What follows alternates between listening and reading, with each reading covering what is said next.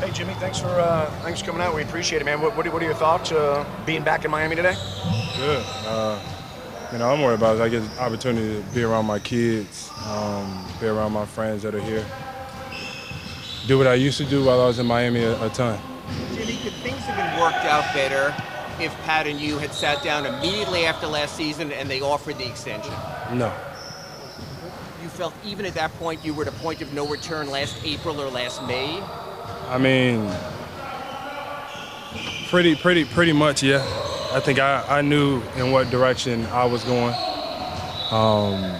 Nobody ever asked me though, so y'all just all got to jump to assumptions and conclusions. And for a team that you took to 3 Eastern Conference Finals, 2 NBA Finals, to suspend you 3 times, even now I heard there have been some bills forwarded your way also. Are you sort of surprised that it went from the best of the best to something so different? Nah, not necessarily. I mean, you can talk about it whenever we talk about it later on, but I think the suspensions are more because they just didn't want me to be around the team. It wasn't anything that I actually did, because I didn't do nothing too drastic to deserve X amount of games being suspended. But it is what it is. Yeah, I got some bills, and so what? It's all taken care of. What are your thoughts when you see Pat Riley tomorrow? I don't got no thoughts. Like I said, man, I don't got nothing to say to nobody. I don't have no hard feelings. I'm in a better place now for me, and continued success to those guys over there. Jimmy, what's better about it? What's better about what? What's better about being in California as opposed to here? I don't know. I guess I live in California. We've been winning a couple games as of late. A lot of friends of mine that I'm very, very, very close to also live in California. My people still out there with me, so it's all the same. I just got to get my babies out there. And your family's here, correct? And you talked about missing them. And can you elaborate for us? 2 kids, is that right? My family, it don't matter.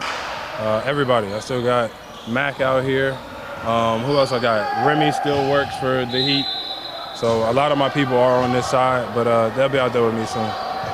You've been through this a few times where you play your former team after a move or a trade or whatever. What are those games like, and what is the experience of going through it before? How does that kind of prepare you for what's coming tomorrow? Man, this is basketball. This is very simple. I don't have all the emotions that everybody thinks that I'm gonna have. Like, it is what it is. I realized that I had some great years here. I've built some incredible bonds with some individuals in the organization, in the city, hell, in the state of Florida. But I'm going in there to hoop. I'm going in there to play basketball. Ain't nothing nobody say, nothing nobody do is gonna get me out of character. And nobody got me out of character whenever I was going through what I was going through this entire season with the suspension. It's another day for me. Jimmy, with the sense of you know, you left here on some pretty rocky terms, especially with your fan base. So what do you say to those folks who almost look at you with a sense of disdain? What do you say to those folks? I wonder if they look at the Heat the same way. Ain't like I was the one that was doing everything, so it's got to be 50-50, maybe 51-49, 49 towards them, 51 towards me, but there's no way that I was the cause of all of this. Did you notice that you'd be coming back during Miami Open? No, I did not. But my boy Carlos got knocked out early, so it kind of took me away from Miami Open as a whole. But you were in town for 4 or 5 days. Are you going to catch any of it? Nah. I'm dominoes, coffee, chasing kids, and being with everybody else that I've missed being around while I was gone. Exactly the same. I feel like in some ways you were almost painted as the bad guy here, and I'm just curious with the turnaround with the Warriors, how you're performing. Do you feel any level of like validation for yourself or understanding? No. I'm always painted as the bad guy. Like everywhere I've been, I've always been a problem. So we'll take it. I don't got nothing to say. I'm not mad at being a bad guy. It's all the way that everything is portrayed. Some people talk to the media, some people don't. I've never been one to tell my side of the story to almost anybody. Let everybody think that this is what happened, and we'll ride with it. And then in like a year's time, it's gonna be somebody else's fault besides mine. So.